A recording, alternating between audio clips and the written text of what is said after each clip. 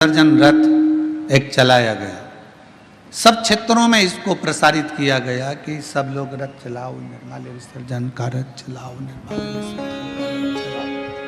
सब क्षेत्रों में सभी लोगों ने मिलकर निर्माल्य विसर्जन के रथ को चलाया।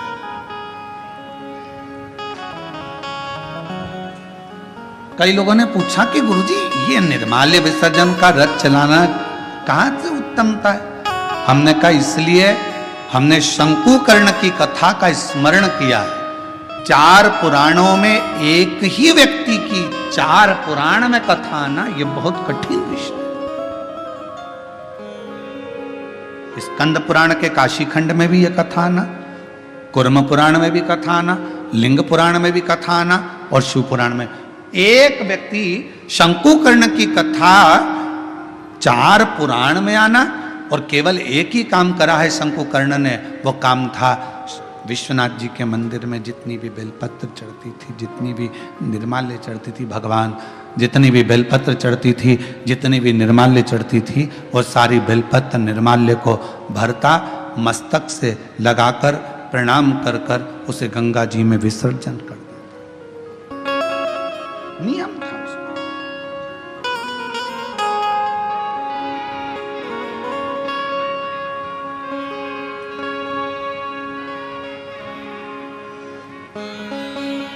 आपसे भी निवेदन है, सुबह सुबह शिव जी के मंदिर जाते हो आप लोग, एक लोटा जल चढ़ाने के लिए जाते हो। शंकर जी के मंदिर में जो निर्माल्य पड़ा रहता है, इधर उधर अगर कोई फूल पत्ती बेलपत्र सामग्री पड़ी रहती है, उसको उठाकर एक और जब रखो तो उसको प्रणाम करा करो। क्यों? किस लिए? शंकुकर्ण की कथा कहती है निर्माल्य को उठाकर जो मस्तक से लगाकर प्रणाम कर कर विसर्जन में रखता है, विसर्जन की ओर रखता है, उसके अंदर एक ऐसा बल उत्पन्न हो जाता है कि मात्र वो किसी पर अपनी दृष्टि भी डाल देता है तो प्रेत जीवों का भी उद्धार हो जाता है। वो निर्माल्य में विसर्जन करी हुई निर्माल्य में इतना बल उत्पन्न होता है हमारा।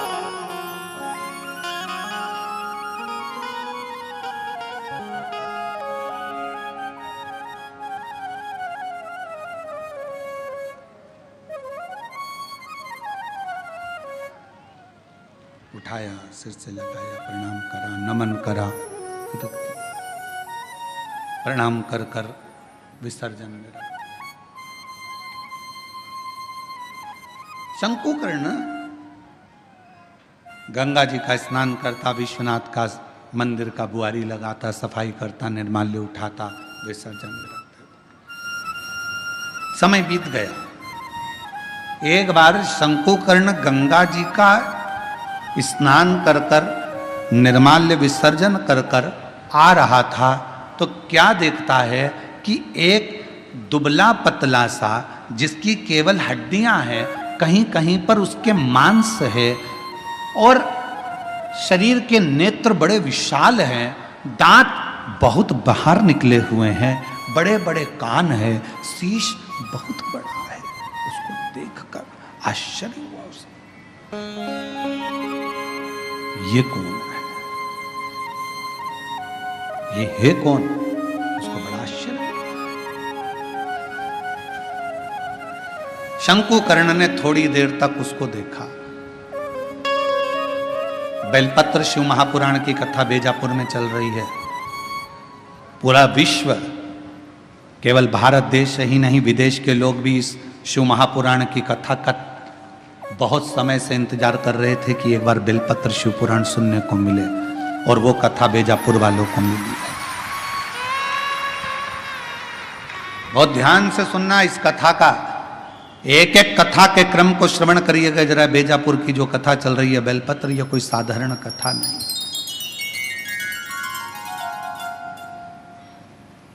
इसको धारण करिए।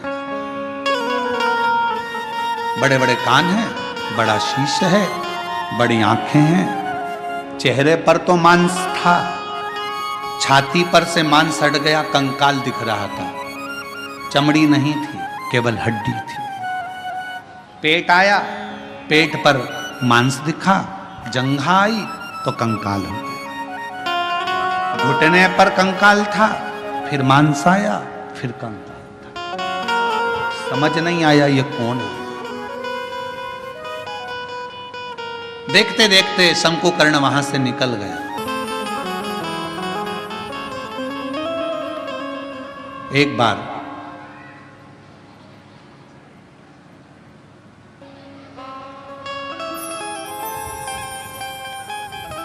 मैं एक देव स्थान पर दर्शन के लिए गया, अपनी अर्धांगिनी को लेकर, बच्चों को लेकर। अर्धांगिनी और बच्चों ने जिद करी तो मैं उनको लेकर एक देव स्थान पहुंचा। और उस देव स्थान पर पहुंचने के बाद वहां पर मुझे प्रसाद दिया गया। उसी प्रसाद में रखकर एक बेलपत्र मुझे दी गई।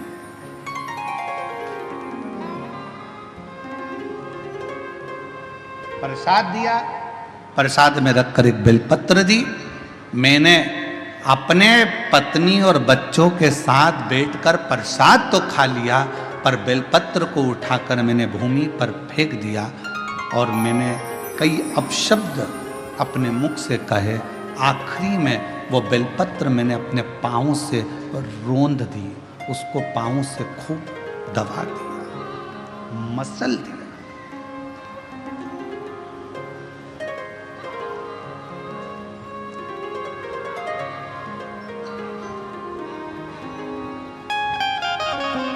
एक बेलपत्र दी गई थी।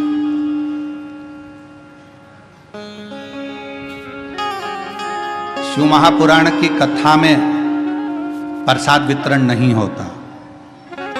शिव महापुराण की कथा में आपको कोई गिफ्ट, कोई सामान यहां से नहीं दिया जाता।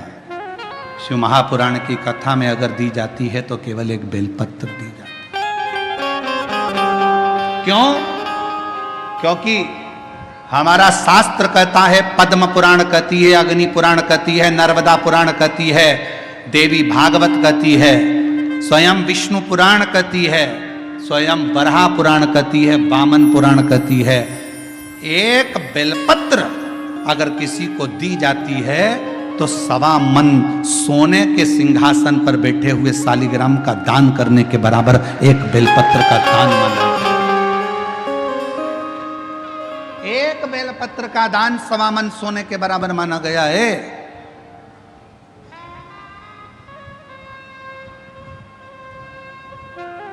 मेरा अंदाजा नहीं रहा। बेलपत्र को मैंने पटक दिया, प्रसाद को हम लोगों ने पा लिया, प्रसाद पाया।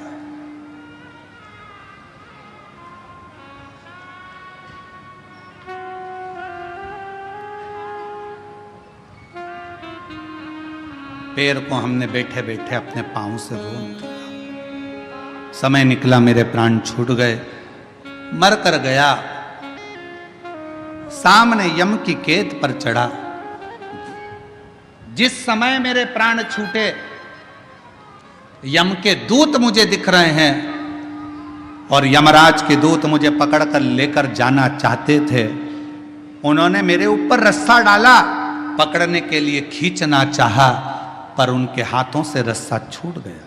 मैं समझ नहीं पाया ये कैसा नजारा है कि यम के दूतों से मैं पकड़ा नहीं पा रहा हूं, यम के दूत मुझे नहीं पकड़ पा रहे,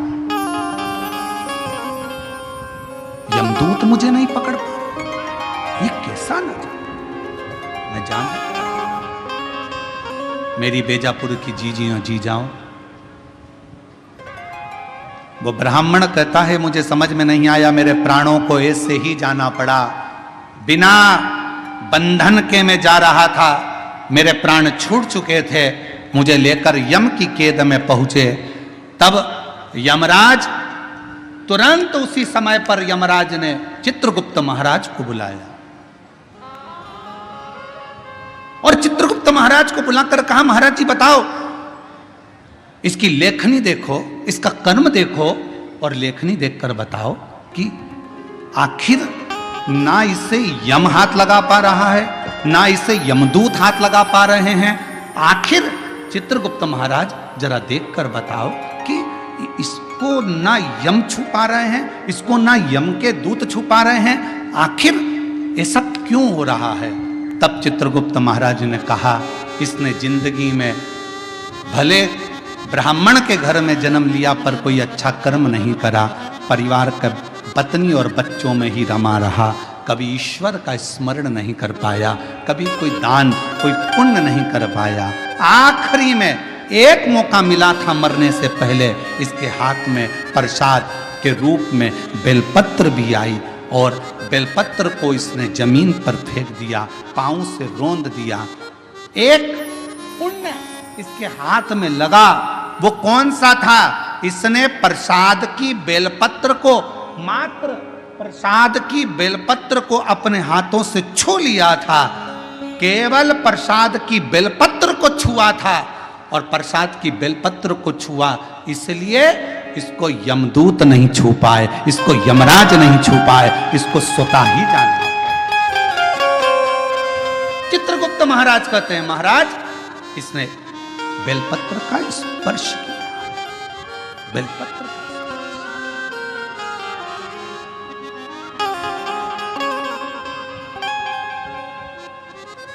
कहा, चित्रगुप्त महाराज इसके पापों की गणना करी जाए, पापों की गणना करी, पुण्य की गणना तो केवल बेलपत्र का स्पर्श। घोर पाप कौन सा करा? तो का एक पाप घोर करा कि बेलपत्री को जमीन पर पटक कर उसे पांव से रोंदता रहा। बेलपत्री का कुछ हिस्सा तो अच्छा दिखा, कुछ हिस्सा बेकार हो गया।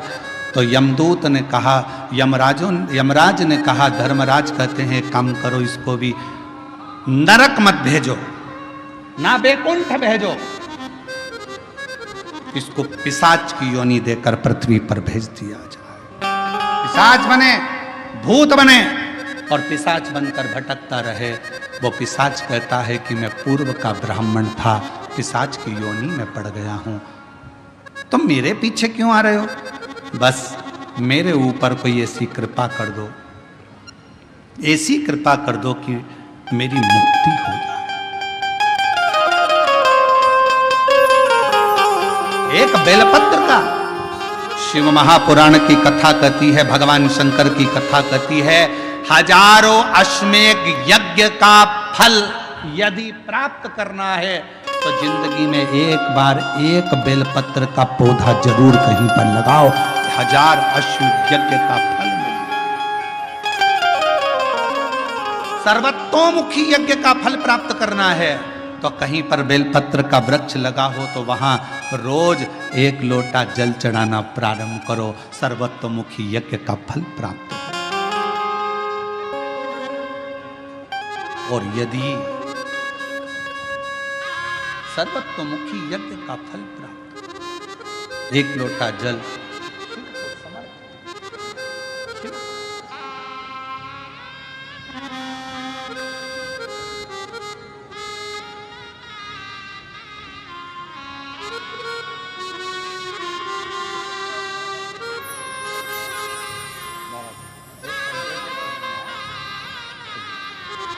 बेटे का पुलिस में नौकरी लगा है, जीजी बोल रही इतनी मेहनत करी, 7 साल में हार गया था पर शिव जी की कृपा से आखिर नौकरी लग गई।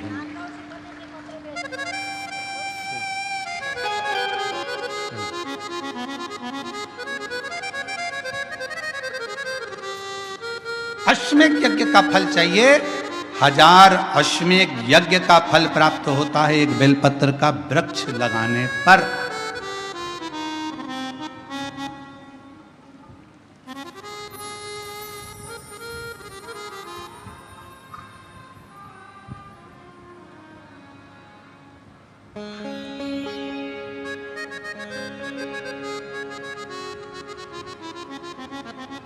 हजारों सर्वतोमुखी यज्ञ का फल प्राप्त हो जाता है, 1 लोटा जल बेलपत्र के वृक्ष में चढ़ाना।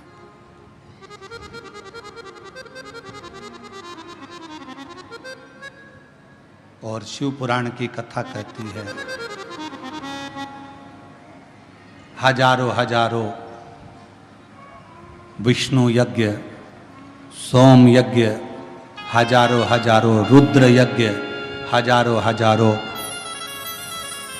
देवी यज्ञ, हजारों हजारों सिद्धि यज्ञ, सारे यज्ञों का अगर पुण्य फल प्राप्त करना है तो 3 वृक्ष ऐसे हैं जिन वृक्ष की त्रिवेणी में अगर एक बार भी अगर मौका लग जाए इन 3 वृक्षों का स्मरण करने में, पहले नंबर का बेलपत्र का वृक्ष, दूसरे नंबर का पीपल का वृक्ष, तीसरे नंबर पर है महाराज भगवान देव अधिदेव महादेव की कृपा से शमी का वृक्ष। अगर कहीं योग से बन जाए, आप रास्ते से निकल कर आ रहे हो, कहीं पीपल का पेड़ मिल गया, जल चढ़ाया, बेलपत्र मिल गया, शमी पेड़ मिल गया, जल समर्पित कर दिया। जल समर्पित करते करते आप अगर कहीं 3 वृक्षों पर आ रहे हो तो हजारों हजारों सिद्ध यज्ञ के फल प्राप्त हो।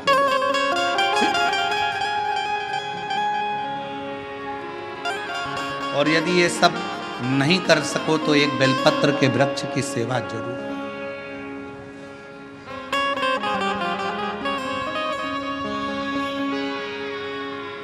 एक संकल्प लो, आप और हम सब मिलकर उसको पूरा करें। सावन के महीने में एक बेलपत्री का वृक्ष जरूर लगाएंगे, ये नियम आप और हम लेकर। लगाओगे? जम के तो बोलो, पक्का? बकरी खाए वैसा तो नहीं है? नहीं ना? संभालोगे उसको, प्रयास करोगे ना? ऐसी जगह लगाना जहां तुम उसको देखते रहो, संभालते रहो, उसको बढ़ाते रहो। हमसे ये मत पूछना कि पेड़ कहाँ लगाएं, मंदिर में लगाएं, रोड पर लगाएं, किनारे पर लगाएं, शमशान में लगाएं कि कहाँ लगाएं। जहां तुम्हारा दिल कर जाए वहां पेड़ लगाना, पर तुम्हारी निगाह में रखना उसको कि वो बड़ा हो जाए, छाया दे, दुनिया का भरण पोषण करे, दुनिया के ऊपर कृपा की छाया लगाओ।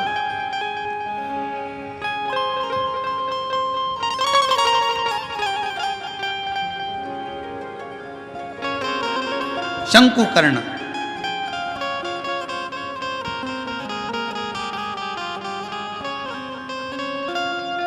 निर्माल्य विसर्जन करते थे प्रणाम कर कर, उन पे शिव की कृपा थी इसलिए उन्होंने पिशाच को देख लिया।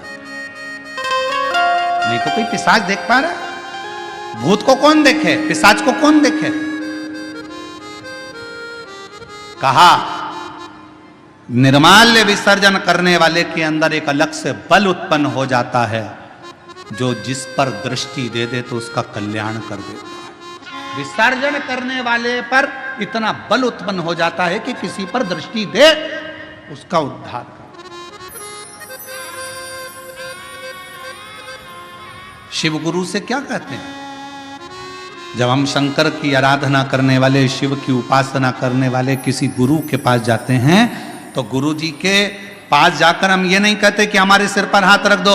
शिव की आराधना करने वाले, शंकर की उपासना करने वाले गुरु से हम ये नहीं कहते कि मेरा कल्याण कर दो।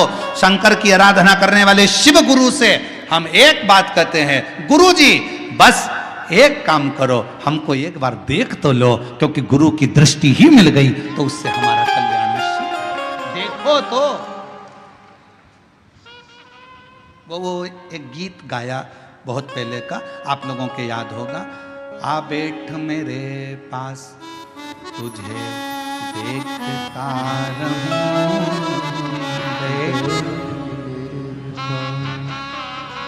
ना तुम कुछ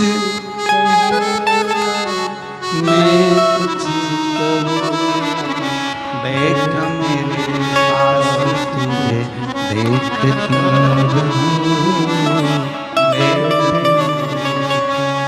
शिव कथा कह रही है अपने गुरु के सम्मुख में, शिव गुरु की साक्षी में। कोई शंकर की आराधना करने वाला, शिव की उपासना करने वाला, शंकर का स्मरण करने वाला, शंकर का मंत्र जाप करने वाला कोई सदगुरु तुमको मिल जाए, बस इतना कह देना, गुरुदेव एक बार बस देख लो, उतने में हमारा कल्याण है। आपकी दृष्टि पड़ गई, ये निश्चित है कि मेरा कल्याण हो।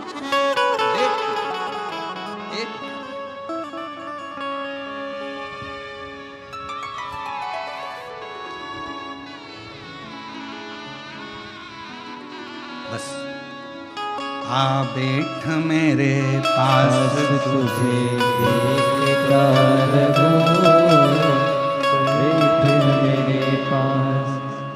तू कुछ कहे या मैं कुछ कहूँ, तू कुछ कहे या मैं कुछ कहूँ, बैठ मेरे पास तुझे देखता रहूं, बैठ मेरे पास। हम शिव के पास जाकर बैठें, शिव हमें देखे, हम शिव को देखें, उसकी आराधना।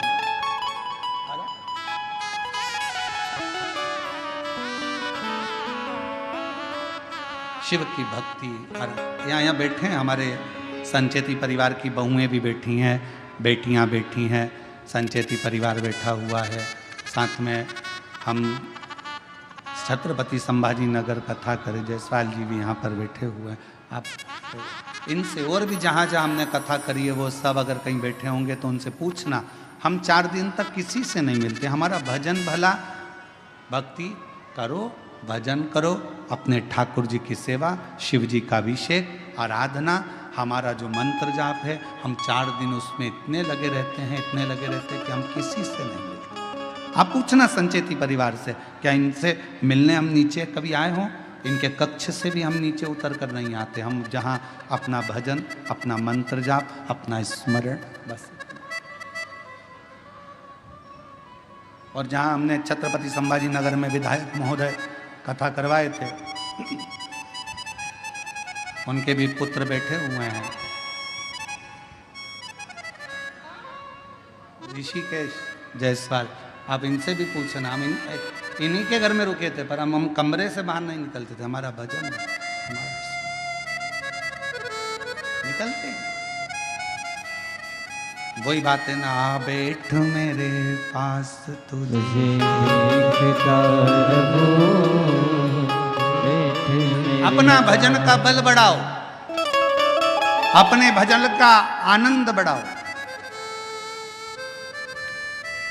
निर्माल्य विसर्जन करने वाले शंकु कर्ण को एक दृष्टि भगवान ने दे दी थी, एक बल दे दिया था कि तुम ये सामने कोई भी आए, सम्मुख में कोई भी आए, उसको तुम देख सकते हो और उसका उद्धार कर सकते हो। ये शंकु कर्ण के अंदर एक अलग से बल शिव की कृपा से प्राप्त हो गया था। शिव की कृपा से, शंकर भगवान की कृपा से। पिशाच को देख लिया, पूछा, कहा मैं ब्राह्मण था, मैंने गलती कर दी। बेलपत्र को मैंने जमीन पर फेंककर उसको पांव से रोंदा, इसलिए मुझे पिशाच की योनि मिली। इस योनि से मैं छूटूं कैसे?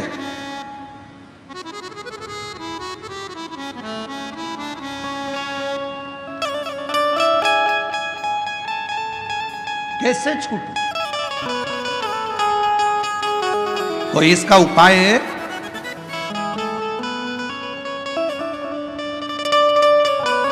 दुनिया के लोग कहते हैं सियोर वाला महाराज उपाय बहुत बताता।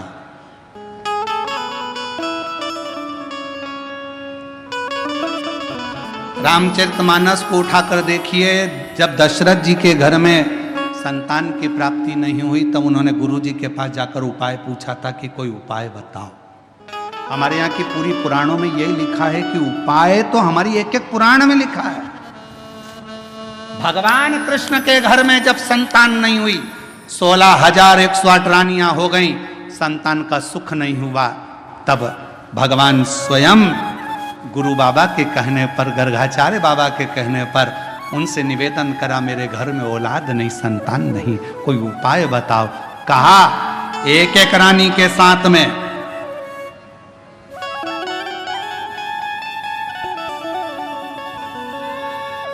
11-11 दिन तक बैठकर शिव का अभिषेक करो, तब संतान 1,77,186 भगवान कृष्ण के बच्चे हुए।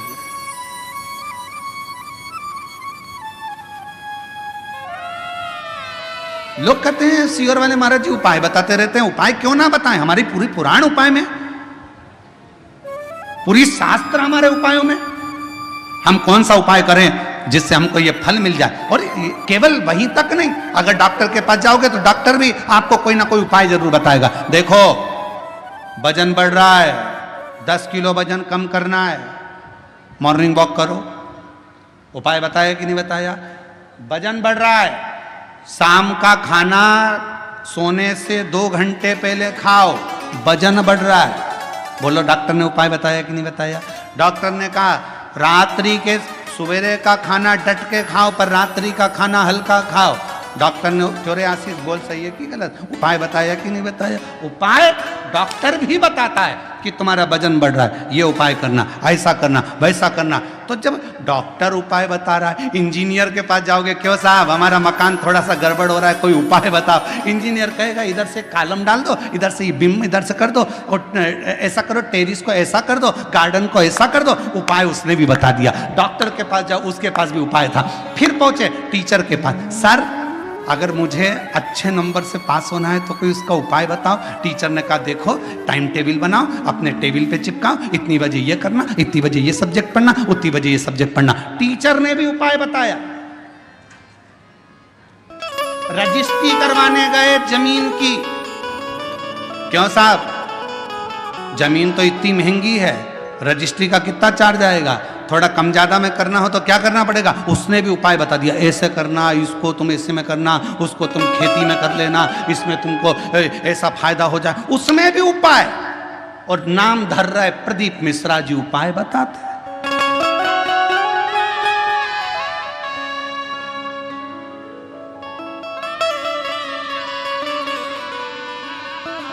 सब दूर उपाय।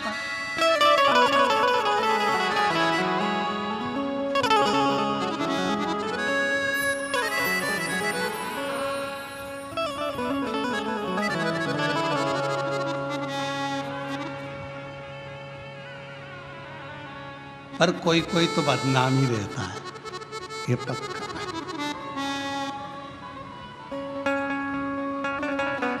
वो एक गीत याद आ गया, वही है नाम वाला जो